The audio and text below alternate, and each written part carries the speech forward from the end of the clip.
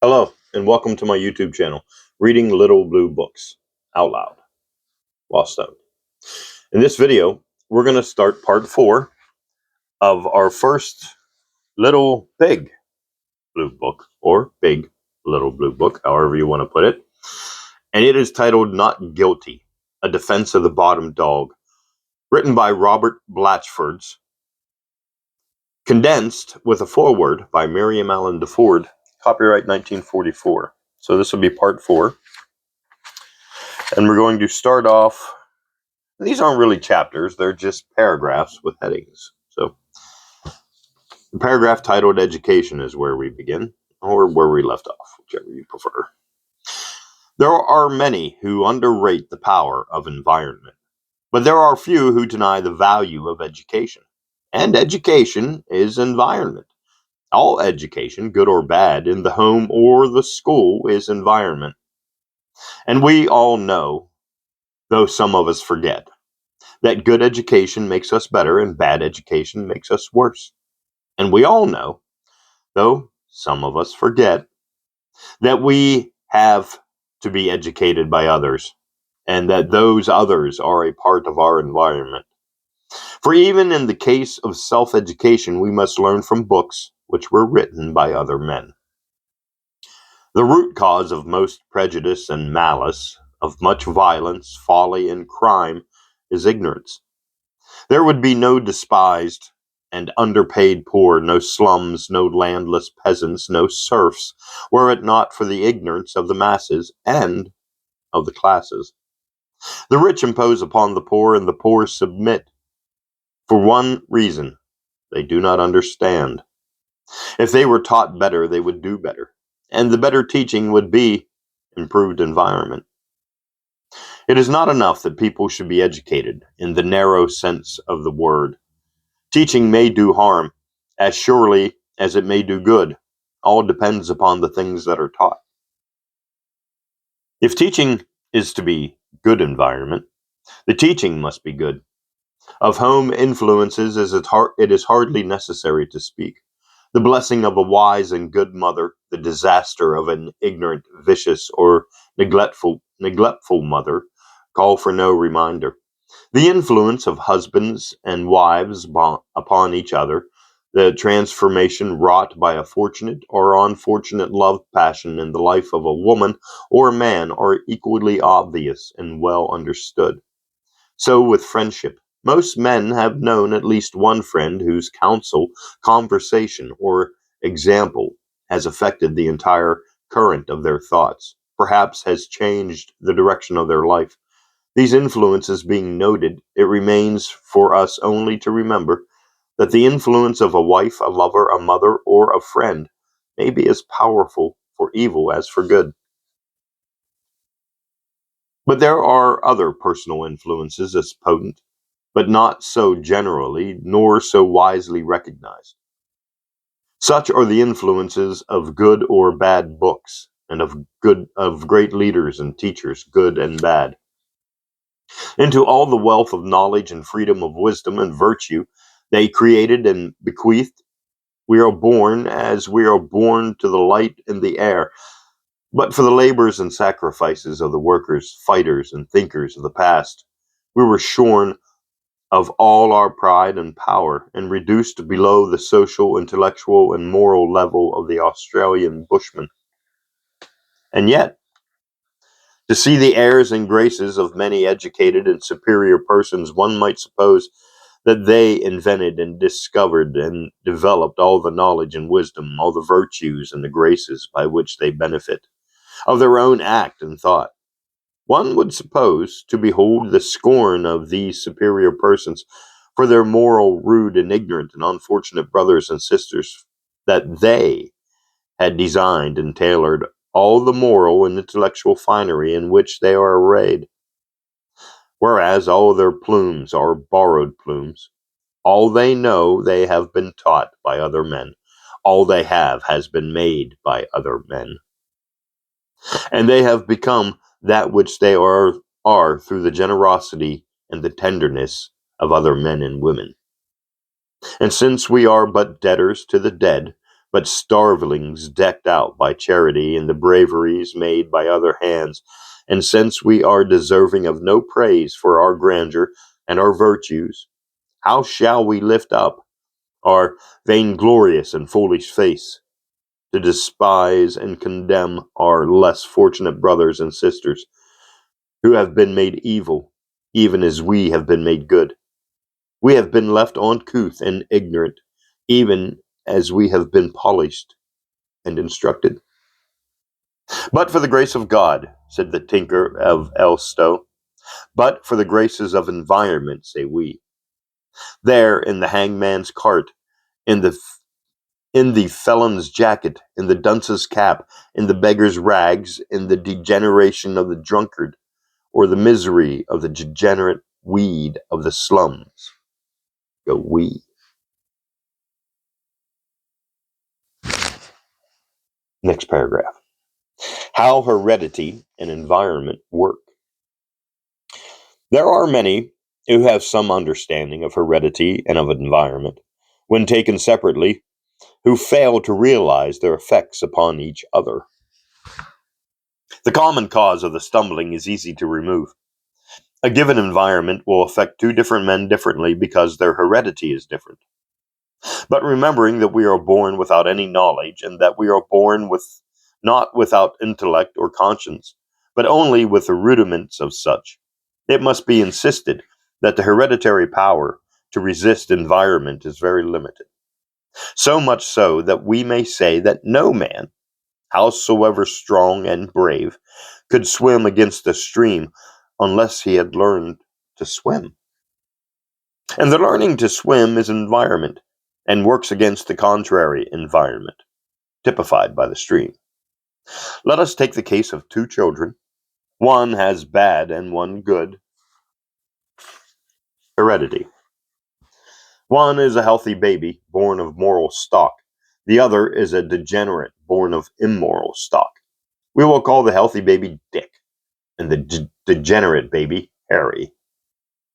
They are taken at birth into an environment of theft, drunkenness, and vice. They are taught to lie, to steal, and to drink. They never hear any good, never see a good example. Harry, the degenerate, will take to evil as a duck to water. Of that, I think there is no question. But what of Dick, the healthy baby? Dick is born without knowledge. He is also born with underdeveloped propensities. He will learn evil. His propensities will be trained to evil. How is he to overcome his environment and become good? He cannot. What will happen in Dick's case is that he will become a different kind of criminal, a stronger and cleverer criminal than Harry. But I hear someone say, we know that children born of thieves and sots and reared in bad surroundings have turned out honest and sober men. And the inference is that they rose superior to their environment. But that inference is erroneous. The fact is that these children were saved by some good environment, working against the bad. For there is hardly such a thing as an environment that is all bad. In the case of Dick and Harry, we supposed an environment containing no good, but that was for the sake of illustration.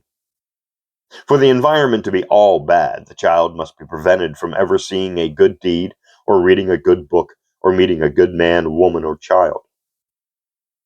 Now, we can imagine no town, nor slum in which a child should never hear nor see anything good. He is almost certain at some time or other to encounter good influences.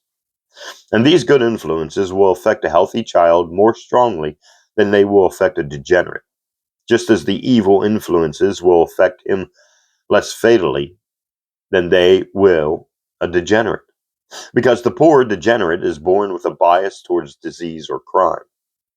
Two children may be born of the same parents, reared in the same hovel, in the same slum, taught the same evil lesson, but they will meet different companions and will have different experiences. One may meet a good boy or girl or man or woman and may be influenced for good. The other may chance upon the very worst company. A good mother, a wise friend, a pure girl, an honest teacher, a noble book may save a child from the bad part of his environment. It would appear at first sight that two boys taught in the same school by the same teacher would have the same school environment, but at second thought, we find that need not be the case. We know what one bad boy can do in a class or in a room. We may know, then, that the boys who share a class or a room with a bad boy will have a worse environment than the boys who escape his evil influences. It is a mistake to think of heredity as all good or all bad. It is mixed. We inherit, all of us, good and bad qualities.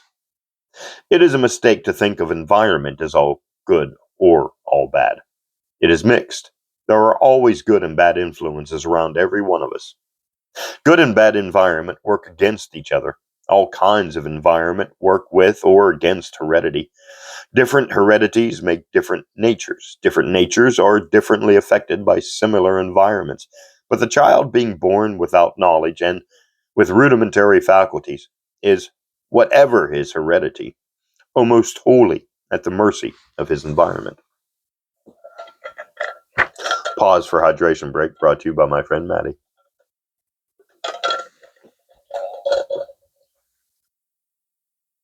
Why does an apple tree never bear bananas? Because it cannot. Why does a French peasant never speak English? Because he has never been taught. Why is an English laborer deficient in the manners of polite society? Because he has never moved in polite society. Why does not Jones the engineer write poetry? Why does not Smith of the stock exchange paint pictures? Why does not Robinson, the musical composer, invent a flying machine? Because they have not the gifts nor the skill. Sorry, that's false. Sometimes they do. The musicians make great inventors, I think. Anyway, I digress. Why does Jarman play the violin so evilly? He has no ear and has been badly taught. Why does Dulcet play the violin so well? He has a good ear and has been taught properly. Would proper teaching have made Jarman a proper player?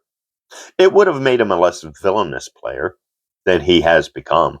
But teach him ever so wisely, Jarman will not play as Dulcet plays. He has not the gift. Is it Jarman's fault that he has no gift? It is not. He did not make his own ear. Whence did he derive that defect of ear? From some ancestor, near or remote. Is Dulcet's fine musical ear due to any merit of Dulcet's? No. He did not make his own ear. He derived it from some ancestor, near or remote. Here are four brothers Brown. John Brown is a drunkard. Thomas, William, and Stephen Brown do not drink. Does John deserve censure, and do his brothers deserve praise? Let us see. Why is John a drunkard? His grandfather was a drunkard, and he was sent as a boy to work in a shop where the men drank. Then how is it his brothers do not drink? Thomas had the same hereditary inclination to drink, and he derived it from the same source. But he worked in an office where all the clerks were steady, and when on one or two occasions he indulged in liquor, a wise friend warned him, and with a hard struggle he escaped from the danger. William, although the same blood runs in his veins, has escaped the hereditary taint. To use the colloquial parlance,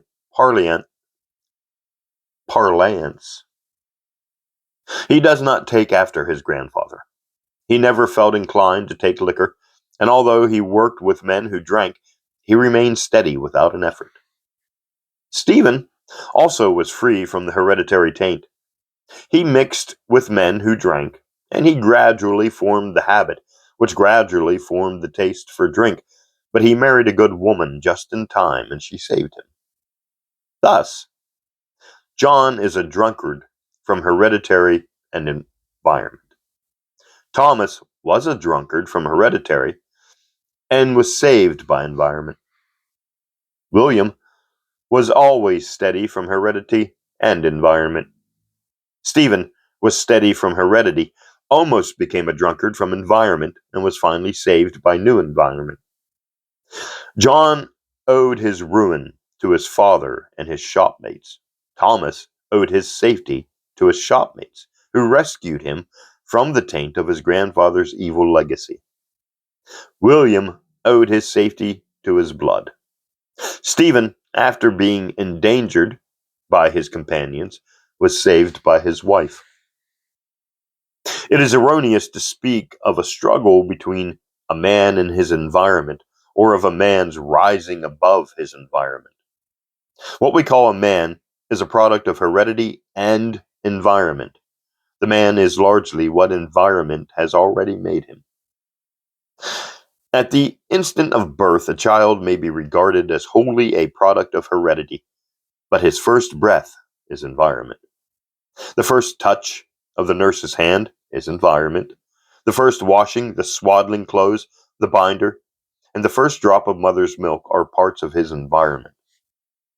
There never yet has been a hero whose heroism was not in great measure due to his environment. Let anyone who doubts this look back to our suggestions of the fate of a child born into evil environments.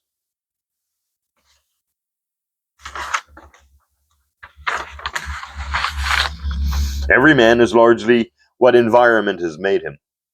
No man can be independent of environment, but for an environment, he could never live to be a man at all.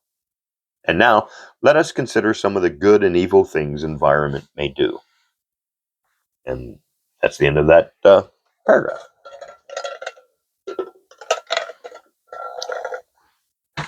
Next paragraph, good and bad surroundings. Environment can not make a model citizen of a born criminal or atavist, but good environment will make the worst man better than he would be under bad environment. Environment cannot make a genius. No amount of feeding, training, and teaching will make an average man into a Shakespeare or a Plato. But good environment will do more for the dullest of men than bad environment will do. Environment cannot prevent atavism. It may happen that the best of stock will breed back to a lower type. It may happen that a criminal or an incapable will crop out suddenly in a line of good and intelligent men and women. But good environment will abolish degeneracy as surely as bad environment will cause it. For the occasional genius, we need feel no concern. He will come with heredity. He will come when heredity produces him, and he is welcome.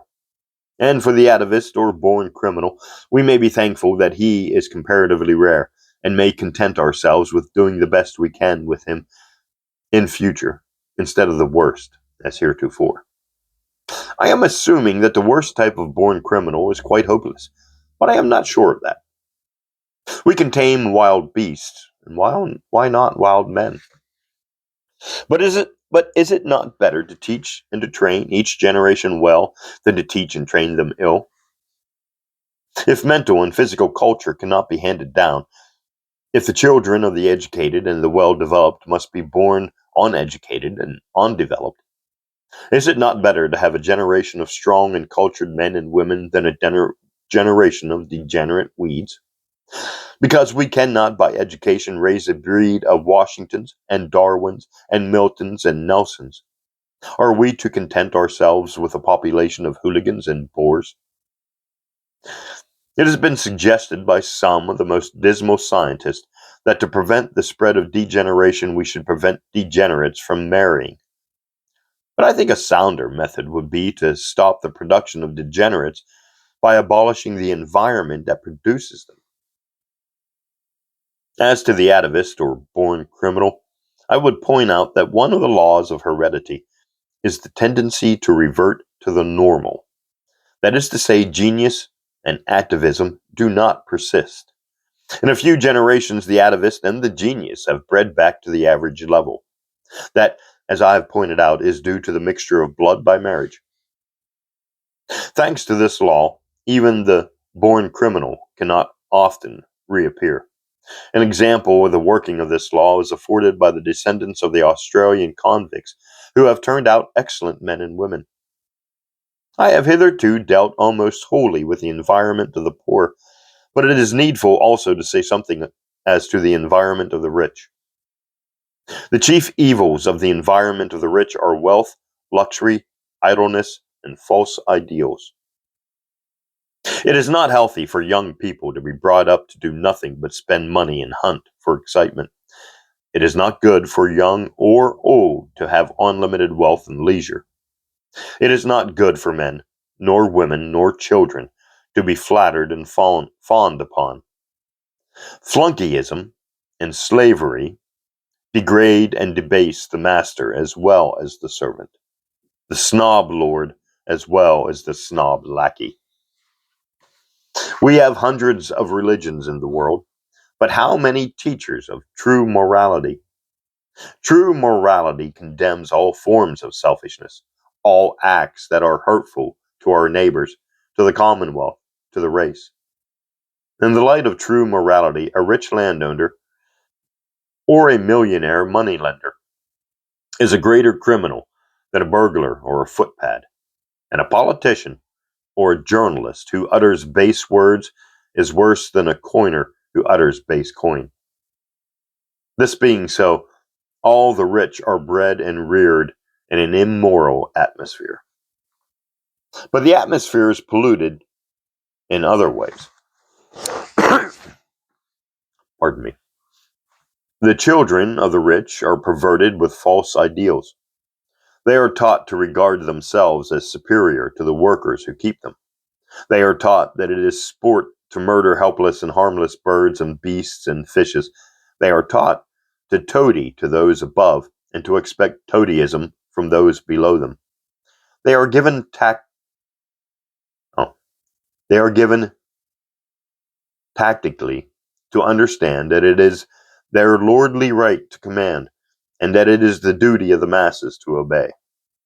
They are allowed to believe that to be born spacious in the possession of dirt or free to wallow in unearned money is honorable, and that to be poor and landless is a proof of inferiority.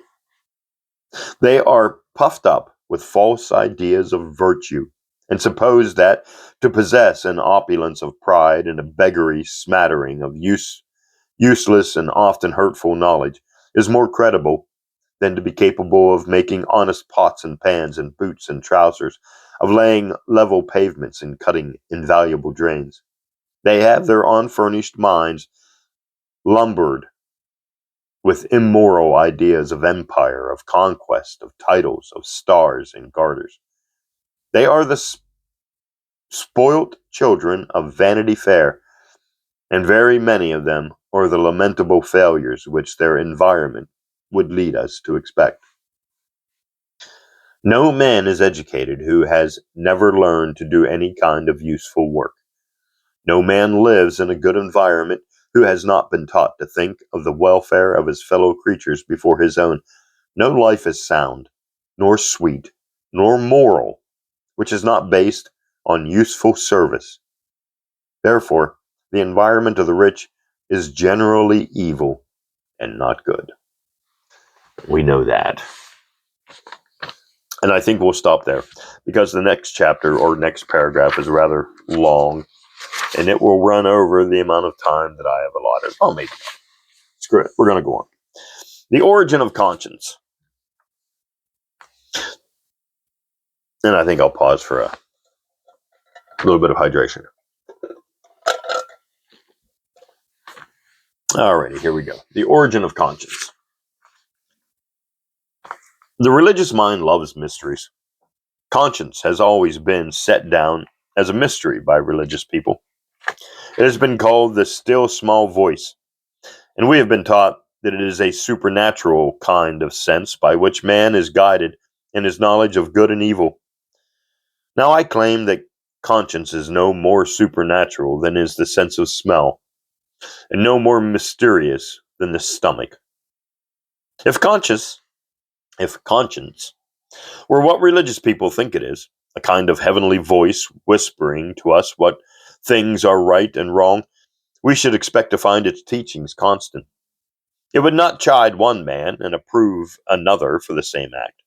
It would not warn men that an act is wrong in one age and assure them in another age that the same act was right. It would not have one role of morality for the guidance of an Englishman and another role of morality for the guidance of a Turk. It would not change its moral code as the man it is supposed to guide changes his beliefs through education and experience. It would not give such widely different men of the same age and nation. If conscience were really a supernatural guide to right conduct, it would always and everywhere tell man what is eternally right and eternally wrong. But conscience is changeable and uncertain. It is a magnetic needle that points north at one time and south at another time. That points east on one ship and west on another ship. At another time, that point that points all round the compass for all kinds of travelers on life's ocean. That has no relation to the everlasting truths at all. The English conscience looks with horror or disgust upon polygamy, child murder, cannibalism, and the blood feud. The Turkish conscience allows many wives. The redskin conscience allows the scalping of enemies. The Afghan conscience applauds the dutiful son who murders the nephew of his father's enemy. The cannibal conscience is silent at a feast of cold missionary. The Chinese conscience goes blandly to the killing of girl babies. The Rand conscience sees no evil in the flogging of Kafirs and Chinese.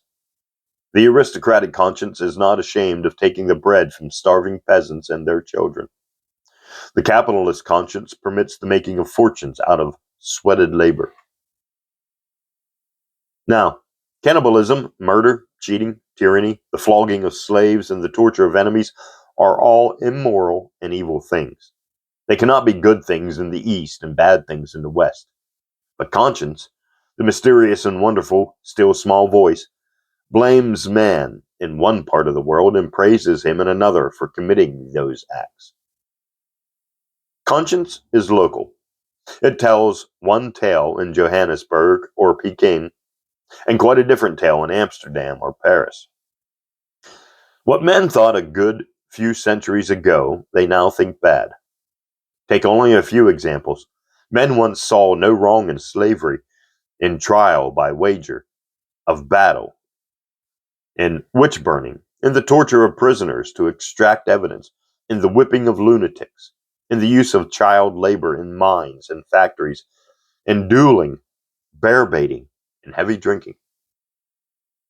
Not very long ago, men would tear out a man's tongue for blasphemy, would hang a woman for stealing a turnip, would burn a bishop alive for heresy, would nail an author to the pillory by his ear for criticizing a duke, would sell women and children, felons, into slavery, and conscience would never whisper a protest. Now, it was wrong to burn heretics and pillory reformers and work babies to death in the mill and the mine in those days. Or is it right to do the same things now? But conscience now condemns as wrong the same acts which it once approved as right. It now approves as right what it once condemned as wrong. Conscience, then, differs in different ages. Conscience tells two quite different tales at two different times. We all know that one man's conscience differs from another. We all know that in any English town on any day, there are as many varieties of conscience as there are varieties of hands, and eyes, and feet, and noses. There are the nonconformist conscience, the Roman Catholic conscience, the rationalist conscience, the aristocratic conscience, the Publiarian conscience, the military conscience, the commercial conscience, the Tory conscience, and the socialist conscience. One man's conscience forbids him to swear, to eat meat, to drink wine, to read a newspaper on Sunday, to go to a ball or a theater, to make a bet, to play at cards or football, to stay away from church. Another man's conscience permits him all these indulgences, but compels him to pay trade union wages, to speak courteously to servants and poor persons, to be generous to beggars and kind to dumb animals. My own conscience, for instance, never chides me for Sabbath breaking, nor for the neglect of God, but it would not allow me to grow rich on the rent of slum houses, nor on the earnings of half-starved children, nor on the sale of prurient novels, or adulterated beer, or sized calico, whatever that is. Now, it is either right or wrong to do all these things. It cannot be right for one man to dance and wrong for another to dance. It cannot be right for one man to bet and wrong for another man to bet. It cannot be right for one man to draw rents for slum houses and wrong for another man to draw rents for slum houses. We all know very well that conscience does not keep to one rule of right and wrong even with one man, but that it changes its rule whenever the man changes his belief through teaching or experience. I need not give many examples of these changes. Every reader can supply them for himself. When I was a boy, my conscience pained me severely if I stayed away from Sunday school or neglected to say my prayers. But it does not chide me now for not going to church, nor for not reading the Bible, nor for not praying. Why has conscience thus changed its tone with me? Simply because I have changed my opinions. But those things could not have been wrong then if they are right now. Conscience has changed. Conscience changes as the mind changes. It tells one tale in our youth, and another in our prime, and perhaps yet another in our decay. And now we find that conscience is different in different nations, in different cities, in different classes, in different persons, in different ages, in different circumstances, in different moods. And when we come to think about it, we find that conscience never tells us anything we do not know. It is a voice which always tells us what we know, what we believe.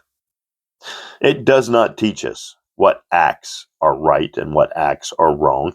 It reminds us of what we have been taught about right and wrong. It is not a divine voice, for it often leads us wrong. It is not a divine voice, for it is no wiser and no better than ourselves. But is it? What is conscience? Conscience is chiefly habit. It is chiefly memory. But it is partly, perhaps, inherited instinct. Conscience is habit. We all know that it is easier to do a thing which we have often done before than to do a thing we have never done before. Most of us know that an organ develops with use and decays with disuse. If you wish to develop your muscles, you must use them. If you wish to improve your memory or sharpen your wits, you must use them. When a man is first taught to use a rifle, he finds to his surprise that he cannot pull the trigger exactly when he wants it. But in time, he does that quite without thought or effort. The muscles of his finger have been educated to act with his eye. Some men, when they first begin to shoot, shrink from the rifle. They fear the recoil or the sudden explosion, and the muscles of their shoulder flinch. If a man gives way to that habit, it grows on him, and he can never shoot straight. The muscles have learnt to flinch, and they flinch. One man falls into the habit of swearing. The habit grows upon him. The words come ever more readily to his tongue, and he swears more and more. Now, let us suppose a boy has been taught that it is wrong to swear. In his memory lies the lesson. It has been repeated until it has grown strong. When he hears swearing, it shocks him. But the more he hears it, the less it shocks him. The words grow more familiar to his ear, just as the sound of a waterfall or the machinery grows familiar to the ear. Then suppose he swears. That is a very unusual act for him, and his old lesson that to swear is wrong is still firm and ready.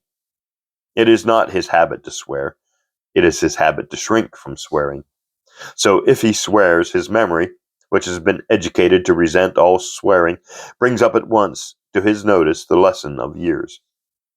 No sooner has the word passed his lips than his educated memory, which has been trained to check swearing, brings up the lesson and confronts him with it.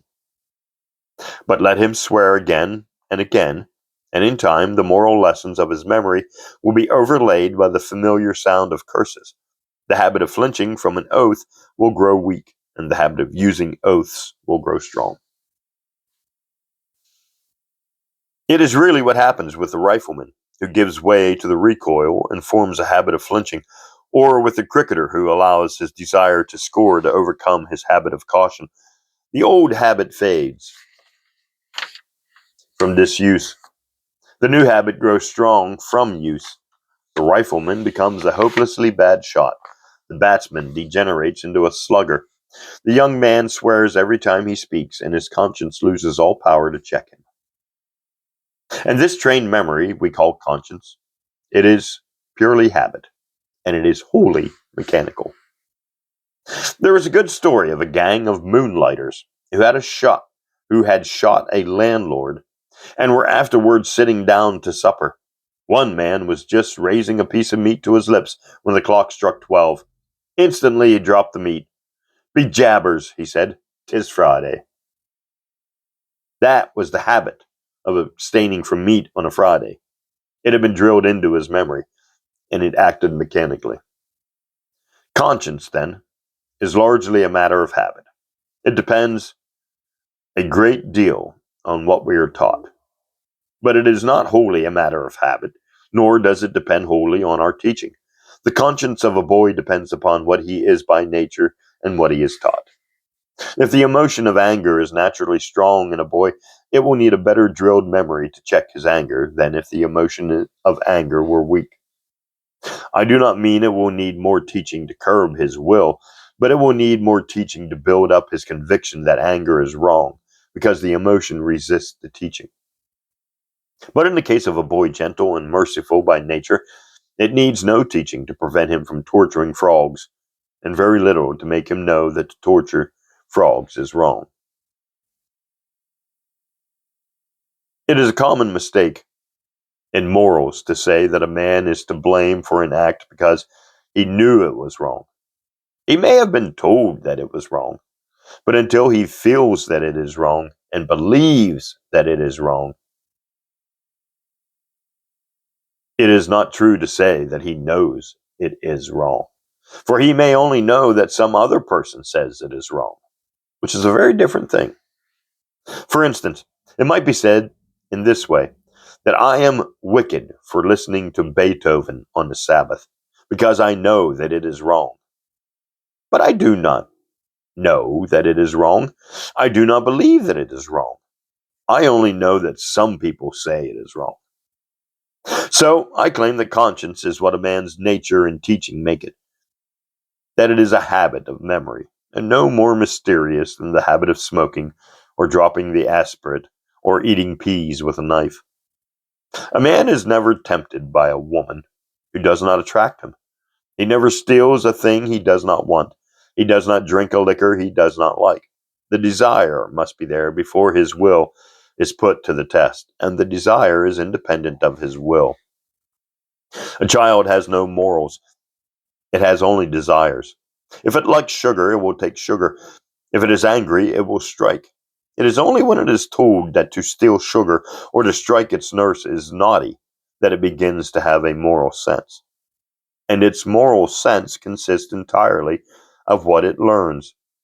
That is to say, its moral sense is memory, and its memory is a change in the arrangement of the cells of the gray matter of the brain. And these changes make the brain into a different kind of brain, make the child into a different kind of child. Now, the child does not teach itself these moral lessons. It does not know them. It has to be taught by those who do know. And its moral sense depends upon what it is taught, and its conscience depends upon what it is taught. And that being so, is it not quite evident that the conscience is not the voice of God? That the conscience is not an innate knowledge of right and wrong born with a child, but is nothing more nor less than the action of the memory. A cannibal chief was told by a missionary that it was wicked to have two wives. He went away and ate one wife. The missionary had printed on his brain record the lesson that to have two wives was wrong. But there was no record there to tell him he must not kill one wife and eat her. Where was the still small voice, the divine guide to right conduct? That's the end of that chapter, or paragraph, or pages, whatever we're going to call them. And that's the end of part 4 of The Big Little Blue Book, written by Robert Blatchford, called Not Guilty, A Defense of the Bottom Dog, condensed with a foreword by Miriam Allen DeFord, copyright 1944. Thanks for listening, and join me in part 5.